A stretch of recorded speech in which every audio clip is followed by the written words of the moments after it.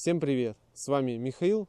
Я приветствую вас на своем канале. И сегодня я на природе и буду рассказывать про костер, финская свеча, либо просто свеча. В разных источниках он описывается по-разному. Но суть всех этих костров одна. Бревна, ветки должны быть ориентированы вертикально. Вот как у меня. Он может быть из нескольких вариаций состоять данный костер. Первое. Может использоваться одно бревно, расколото на несколько частей. Минимально это 3 части. Они могут быть, эти части, составлены между собой просто на землю, либо связаны при помощи веревки, чтобы не развязывались. Далее в середину помещается у нас растопка, разжигается костер. Следующая у нас ситуация, когда мы напилим 3 бревна, допустим, меньшего диаметра, но примерно вот 10 сантиметров. Их составляем вместе, предварительно в середине те места, которыми бревна будут ориентированы внутрь, мы делаем насечки либо топором, либо пилой. Чем больше насечек, чем больше будет площадь, так скажем, соприкосновения пламени с деревом, тем у нас будет активнее и лучше гореть костер. И последняя ситуация, это когда мы берем кучу мелких палок, втыкаем их в землю, либо связываем при помощи веревки, либо проволоки между собой и устанавливаем вертикально. Так вот, самый последний способ является наиболее простым в исполнении. Почему? Потому что нам не требуется пила. Естественно, если мы будем финскую свечу, допустим, делать из большого по диаметру бревна, то нам потребуется пила, либо даже бензопила. Топором это сделать, особенно если учесть, что туристы берут с собой топоры достаточно небольшие, то сделать это будет проблематично и как минимум геморройно. Так вот, если нет пилы, то первый вариант точно отпадает. Второй вариант, в принципе, возможно осуществить с топором, но придется приложить для этого немало усилий. Что, в принципе, мне тоже неохота. А если учесть, что предназначение данного костра – это приготовление пищи, быстрое. По сути, это замена газовой горелки, так скажем, условно. Другого предназначения у данного костра, по сути, нет. Тепла от него в бок поступает мало, то есть человек от этого не согреется. Спать у данного костра бесполезно, тепла от него нет. Все тепло идет вверх. Оно рассчитано для того, чтобы мы сверху установили котелок и готовили еду на нем. Так, еще из минусов. Осветительная способность данного костра практически нулевая. Весь свет он отражается и находится внутри вот этого сооружения. Поэтому основная функция костра у нас приготовление пищи.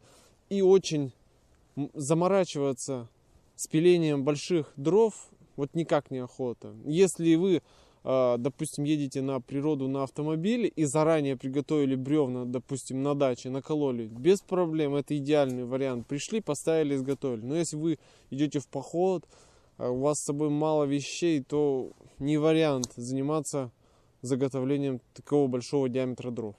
Так, немножко историй я рассказал. Теперь приступим, собственно, к самому костру. Вот у меня он из таких вот палочек, сухнина. Навтыкал в землю и в снег. И сейчас буду пытаться разжечь прямо при вас. По пути я заготовил бересту. Я полагаю, этого будет мало куска. Ну ладно. Так. Помещаем внутрь бересту. И ее будет у меня мало, так что берем еще маленькие веточки. В чем плюс, когда мы делаем из, так скажем, из таких вот дров мелких по диаметру? У нас получается воздух подсасывается гораздо лучше. Когда мы делаем из бревен, воздух подсасывается очень плохо и тяжеловато довольно разжечь без бензина, без масла, без каких-либо дополнительных средств. В принципе, возможно, да, разжечь без труда можно. И не имея всего этого, но придется заранее заготавливать щепу, которая первую очередь сама разгорится, а лишь потом у нас загорятся основные дрова.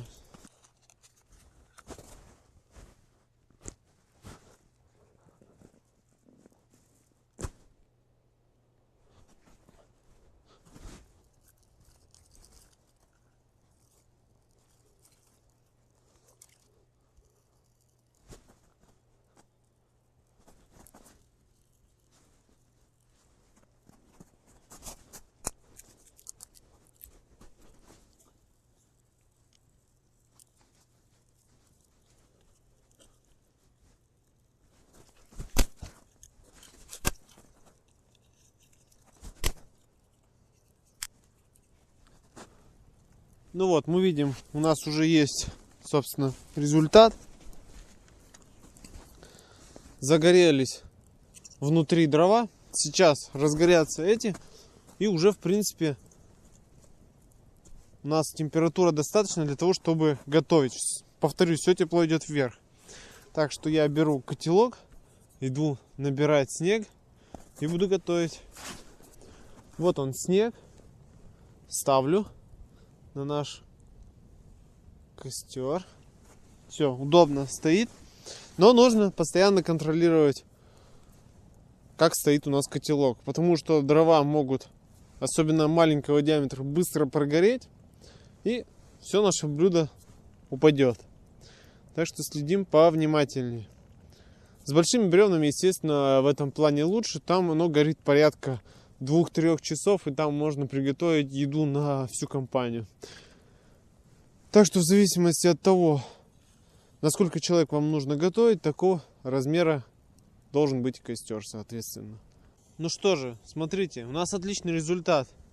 Время на часах у меня 7 минут, 7,5. То есть у нас по времени примерно то же самое получается, но может чуть побольше, чем у газовой горелки. Для того, чтобы вскипятить примерно один и тот же объем воды. Вот она, вода уже закипела. Сейчас мы грязь уберем. Единственный минус то, что такие дрова очень быстро прогорают, и мне приходится сбоку еще порядка 3 бревен я подставил. Ну, в общем, оно вот оно кипит. Не очень удобно, честно говоря. Котелок так норовит упасть, потому что все быстро прогорает. Но, тем не менее, вскипело очень быстро. Надо сейчас доложить еще дров. Вот видим, что уже все подпрогорело. Дровишки стали не совсем ровные. Сейчас мы подвыровняем все это.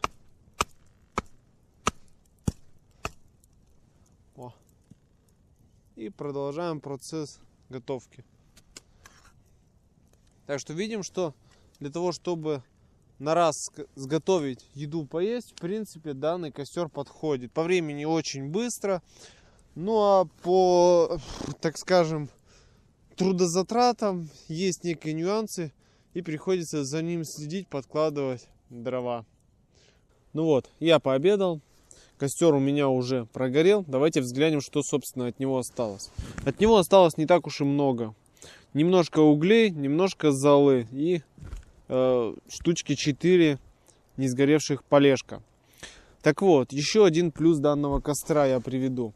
То, что когда он горит, он минимально воздействует теплом на окружающие предметы, и, соответственно, у нас кострище получается минимальное. Зола никуда не разваливается по сторонам, она посередине прямо и остается. Поэтому это очень важно. Данный костер, он менее губителен для природы. Таким образом, данный костер более безопасен. К тому же он горит поверхностно, он не проникает глубоко в грунт. И особенно это важно на болотах, где большая толщина торфа, и если костер прогорает внутрь, то может образоваться внутренний пожар. Это очень чревато, с ними бороться неимоверно тяжело. И давайте, товарищи туристы, возьмем за правило все-таки после себя все тушить. Тушить желательно водой. Только зимой в крайнем случае мы тушим снегом. Потому что если засыпать костер сразу большим количеством снега, то он просто прикроет, грубо говоря, сам костер. И у нас он будет внутри гореть, тлеть продолжать. Поэтому давайте все-таки тушить полностью, тушить водой. Всем спасибо за внимание, берегите природу. С вами был Михаил. До новых встреч!